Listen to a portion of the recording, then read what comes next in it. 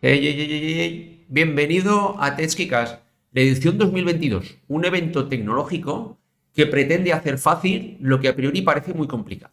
Bueno, me llamo Francisco Solans, de la empresa Neodoo Microsystems, y hoy en concreto vamos a hablar sobre los conceptos básicos de los sistemas de mensajería que se denominan MOM.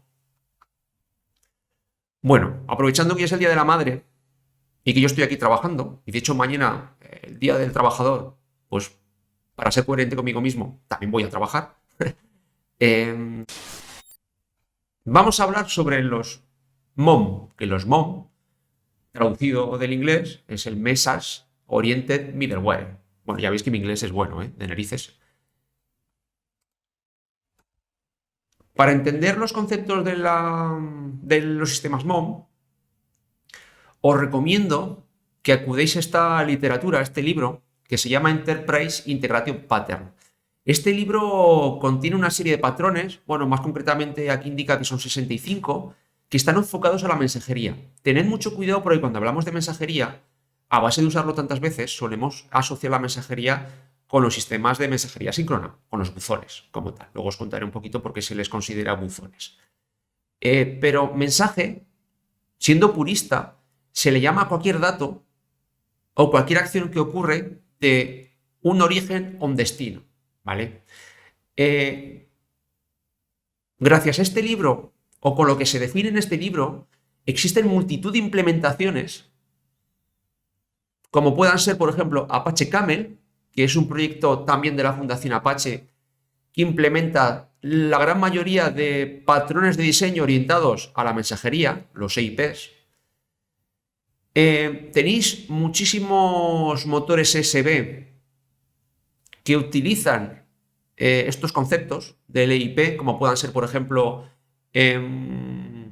Mule SB, como pueda ser Talent, como pueda ser JBoss Fuse, ¿vale? Muchos de ellos en el fondo escalan sobre Apache Karaf. De hecho, Apache Karaf es un motor OSI que bien montado puede haceros también de capa de arquitectura ESB. Estos conceptos de los EIPs también los veréis reflejados en los sistemas de mensajería MON, por ejemplo, pues los Apache ActiveMQ, tanto la modalidad Classic como la modalidad Artemis de la Fundación Apache, pero lo veréis también, por ejemplo, en soluciones tan diferentes como puedan ser los productos de Amazon, como puedan ser Amazon MQ, Amazon SQS, Amazon SNS, y bueno, pues todos, muchísimos proyectos en el fondo parten de estas ideas conceptuales, ¿vale? Este libro está muy bien. Os he puesto aquí abajo, en el comienzo del libro, ellos hacen una reflexión y clasifican lo que son las integraciones, porque este libro lo que habla son integraciones de sistema de origen a sistema destino, en el cual tienes una información en un sitio que tienes que trasladar y llevar a otro. Ellos lo clasifican en cuatro apartados. Y os vais a dar cuenta que es que se caen de cajón. El primero que ellos explican es que para compartir información, pues una forma que siempre ha existido, existirá, porque es súper útil, y estará hasta el fin de los días, es la transferencia de ficheros. Tú en su sistema de origen tienes una información, la exportas, las típicas exportaciones que haces, dejas ese fichero en un sitio concreto y el siguiente sistema, es decir, el destino, cogerá ese fichero que es fruto de la exportación, lo cogerá y lo importará. Es obvio que es una forma muy básica, muy consistente y muy robusta de pasar datos de un sitio a otro. ¿Qué es lo único que tienes que hacer? Que los datos que exportas de A, de origen, se adapten o casen con los datos que importes en B. Pero una vez que los has casado, los datos están transportados, transferidos. ¿Vale? Otra forma de pasar datos de un sitio a otro, pues por ejemplo sería una base de datos. Tú tienes una base de datos donde escribes información con tu primer sistema y ese segundo sistema, como también tiene acceso a esa base de datos, puede consultar esos datos y adaptarlos, llevarlos, modificarlos y meterlos en su sistema. ¿Vale? En el fondo, si os fijáis, una base de datos no deja de ser una estructura de ficheros bien montada para que las lecturas, las escrituras sean mucho más ágiles y lo que es las sentencias relacionales, pues funcionen. Pero en el fondo son también ficheros en los cuales se guarda información. O sea, que los dos son sistemas de persistencia, cuya raíz siempre es el file system, ¿vale? Estas dos formas de integrar se caen de cajón y de hecho lo hacemos a todas horas.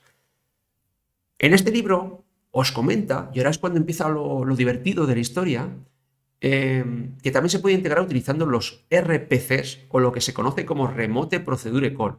Y ahora os vais a dar cuenta lo gracioso y lo interesante del tema.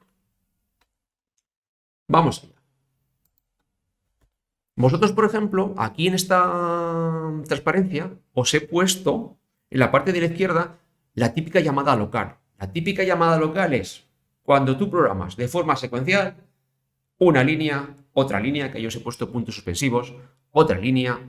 De repente en una en concreto, como es en este caso, llamo una función, en este caso es la función add, que se le pasa dos parámetros x e y. Esa función en el fondo llama a una parte de la memoria en la cual está ese código ubicado, ejecuta lo que hay en su interior pasándole dos parámetros de entrada, que por cierto acabo de ver un error, porque desde luego x e y deberían ser double. Bueno, tampoco viene al caso porque la explicación no va a seguir teniendo sentido. Y fijaros que dentro de esa función, en el propio ordenador local, si salís de ahí, pues simplemente suma dos variables y luego os devuelve un double, que es la respuesta, ¿vale? Pues esto me diréis, pues, chico, esto es el típico programa secuencial, cierto, pero es que esto, si lo quisiéramos hacer en remoto, como lo hacíamos en tiempos y como en el fondo se sigue haciendo, aunque muchos de vosotros no os deis cuenta, si yo quisiera aplicar esto en la red, yo tendría que, si en el cliente quiero llamar a un método add que está en otro servidor en la red, yo tendría que abrir los sockets, abrir los tubos de entrada y de salida por donde van los unos y ceros a un lado y luego vuelven. En el servidor tendría que coger esos unos y ceros que me llegan, leerlos, interpretarlos, cambiarlos y adaptarlos a la estructura de datos que yo tengo en ese lado, saber qué tengo que hacer y a continuación ejecutar la lógica que hay asociada, en este caso sería el add que estaría en el servidor, y después la respuesta la metería por el canuto de salida del servidor, le llegarían los unos y ceros al cliente y él los tendría que reinterpretar para convertirlos en la estructura de datos que él tiene. ¿Vale? Esto, que es tan farragoso, lo hemos hecho siempre. O sea, yo recuerdo, antes de que surgieran otro tipo de conceptos, como ahora mismo vais a ver los RPCs, hacíamos a mano prácticamente todas las aplicaciones cliente-servidor. Estaba muy bien porque la capa de comunicaciones la procesabas prácticamente toda tú. Pero es verdad que no ibas al grano de la aplicación. Estabas perdiendo mucho tiempo haciendo una capa que en el fondo lo único que hace es, oye, toma datos por la red y dame datos por la red. Entonces, bueno, lo hacíamos y de hecho ahora muchísimas veces de determinados proyectos incluso hay que bajar a esos niveles de programación. Cuando surgieron los Remote Procedure Call, este concepto se definió en los años 60, si no me equivoco, y después en los años 80 aparecieron las primeras implementaciones. Bueno, yo en mi caso, a ver que eche la cuenta atrás, la primera vez que utilicé un Remote Procedure Call fue cuando apareció la versión 1.0 de Java, que se hablaba de los RMI, los Remote Method Invocation. En aquel momento alucinábamos, porque, bueno, ya alucinábamos porque gente en Java éramos prácticamente 4 gatos en toda España, pero con los RMI alucinábamos porque tú, como programador, eras capaz de hacer un trozo de código en local y después distribuirlo en remoto sin prácticamente hacer nada. Es decir, que de repente te estaban diciendo, mire usted, programador, no baje el nivel de las comunicaciones, programe como si todo estuviera en local y luego lo distribuye allá donde usted considera que debe distribuirlo. Eso supuso un cambio radical a la hora de hacer software distribuido, porque hasta la fecha tenías que abarcar todas las capas. Entonces, fijaros que en la parte de la derecha os he puesto un ejemplo, que en el fondo el Remote Procedure Call lo que pretende es invocar un método remoto como si para ti como desarrollador estuviera en local. Y he aquí el concepto, que veréis que luego estirando este concepto, cómo llegamos hasta donde vamos a llegar, ¿vale? Fijaros que en el lado de la derecha, cuando el cliente en mi ordenador local llama a la función add, aunque tú no lo veas, por debajo hay unas clases o unas librerías que van a abrir los canutos, que van a ir al servidor, que le van a pasar los datos en bruto como unos y ceros, que va a hacer la conversión a la estructura de datos, que va a llamar al servidor y va a ejecutar la lógica que corresponda, y cuando acabe va a devolver la respuesta para que el cliente la coja ya procesada y reconvertida a su estructura de datos. Pero tú eso no lo ves. Entonces, claro, dices, ostras, los Remote Procedure Call, cuando surgieron y se implementaron, supusieron un cambio radical. Efectivamente, esto fue la bomba, y de hecho sigue siendo la bomba porque es la base de muchísimas cosas que actualmente existen.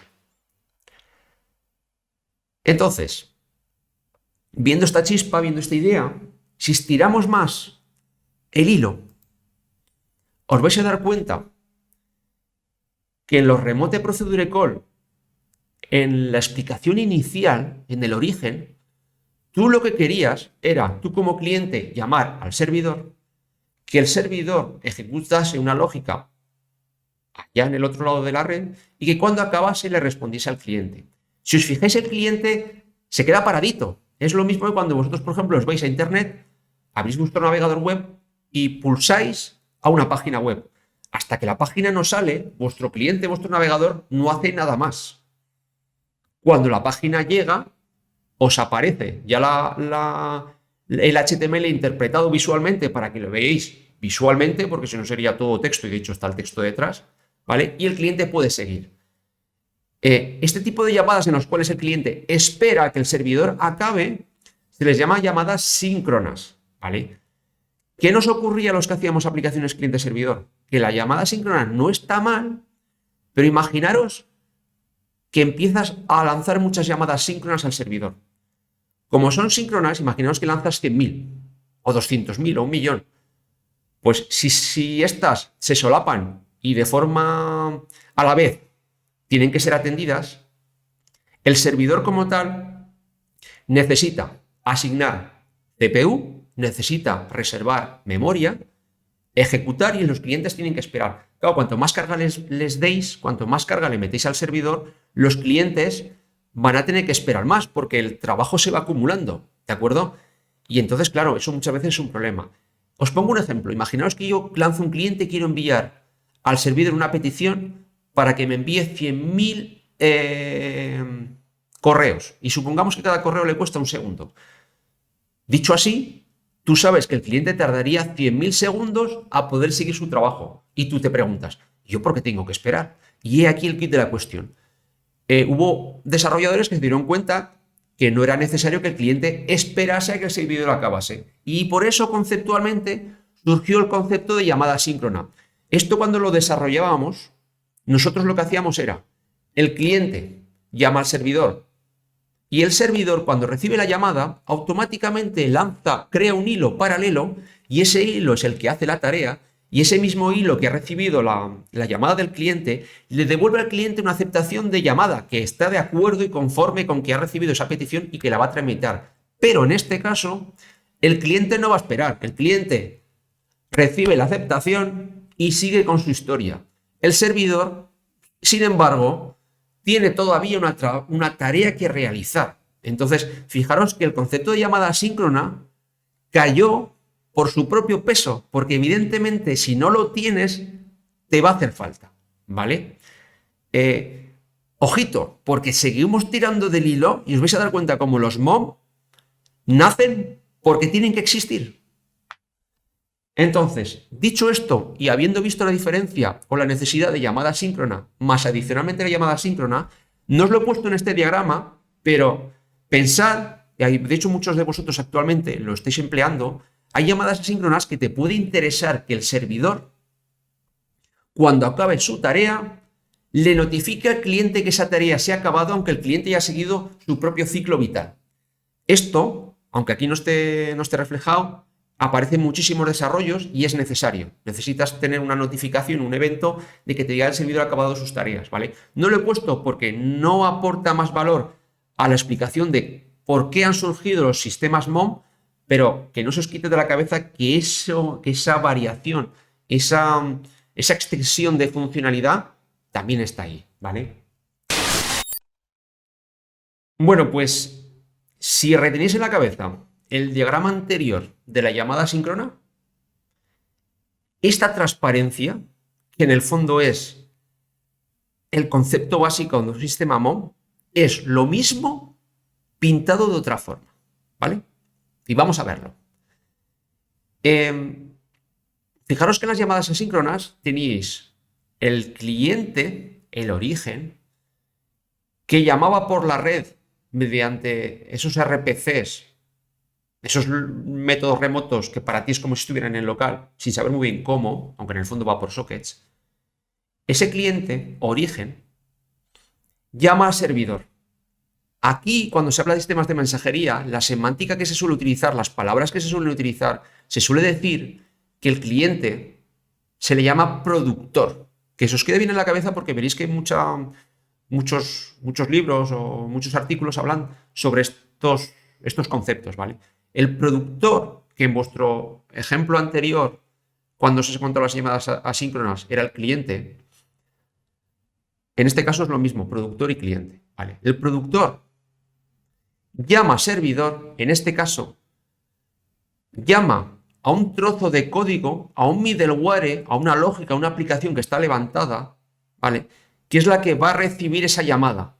En este caso, la llamada, la petición, si os fijáis, aquí se dice conceptualmente que se envía un mensaje, ¿vale? Un mensaje que llega a esa lógica, a ese middleware que está esperando a recibir cartas, ¿vale?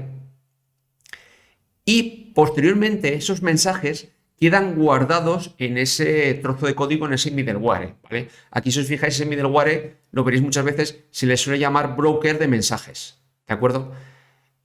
A continuación, cuando en ese middleware queda el mensaje o la notificación o la llamada que antes os venía, la llamada síncrona, depositado y guardado, después hay el lado del servidor, que es quien recoge ese mensaje, lo lee y ejecuta la lógica que teníamos asignada a esa notificación, ¿vale? El que coge ese mensaje y lo utiliza o lo consume se le llama consumidor. Que no se os olvide, quien ejecuta la acción, quien produce el mensaje es el productor. Eso va a, y ahora conceptualmente esto os puede venir bien para entenderlo mejor, a un middleware o a un buzón donde se guardan los mensajes de todos los que producen cosas, y el consumidor o los consumidores que estén asociados a esos buzones cogerán ese mensaje para ejecutar o para hacer lo que con ese mensaje hay asociado, ¿vale? Entonces, para que lo entendáis mejor, esto es como si os imagináis que vosotros en vuestra casa tenéis un buzón, llega el cartero y el cartero produce un mensaje que deja en vuestro buzón. Vosotros, posteriormente, cuando podáis, porque habéis vuelto a casa del trabajo o lo que sea, y vayáis al buzón, cogeréis el mensaje, abriréis la carta, la leeréis y la procesaréis. Es decir, que si os fijáis, hay también, digamos, que ese asincronismo que ya teníamos en las llamadas asíncronas, pero tenemos un trozo de lógica que antes no teníamos en el medio, que es quien se encarga de gestionar ese sincronismo, ¿vale? Ese buzón, ¿de acuerdo? Entonces, fijaros que conceptualmente esto es muy necesario. Te hace falta un sitio donde dejas las cosas que se quiere, que te pide la gente, el productor, que luego tú, como consumidor, lo has de procesar y ejecutar. Entonces, fijaros que conceptualmente esto es muy parecido a la llamada síncrona, pero con su evolución lógica. ¿Cuál es la evolución lógica? Que dices, bueno, si hago tantas aplicaciones que tengan tantas llamadas síncronas, ¿por qué no me monto un trozo de código, un middleware que se encarga de gestionar todas las llamadas síncronas, todos los mensajes que recibo de los clientes / productores? Soy capaz de gestionar todos esos mensajes y que luego el servidor o, en nuestro caso con los MOM, consumidores son capaces luego de coger las cartas y consumirlas. Pues fijaros que conceptualmente la llamada síncrona bien evolucionada conduce a los sistemas MOM como estáis viendo aquí, ¿vale? Un detalle adicional.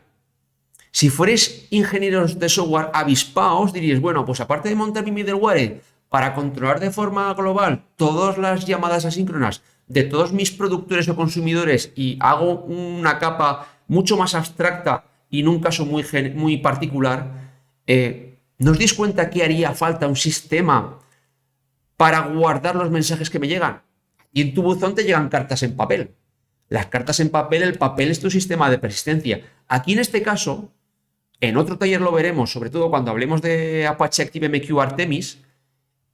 Aquí en este caso, todos los sistemas de mensajería asíncrona tienen integrados un sistema de persistencia, porque el mensaje que te llega, en caso de que este trozo de lógica se pare o el servidor se colapse y haya que reiniciarlo, esas peticiones de tareas o de mensajes tienen que estar ahí. Entonces, por defecto te dejan guardarlos o en sistemas de ficheros, file systems, o en bases de datos. Veréis que los sistemas de mensajería que hablaremos en siguientes talleres, como esto sigue ocurriendo, incluso veréis que en sistemas de alta disponibilidad en los cuales los sistemas MOM tradicionales se quedan muy cortitos porque no son capaces de consumir todos los mensajes que les van llegando, veréis que surgieron y han surgido soluciones tipo Apache Kafka que lo que hacen es permitir que ese streaming sea consistente cuando hay una alta disponibilidad y una carga brutal, ¿vale?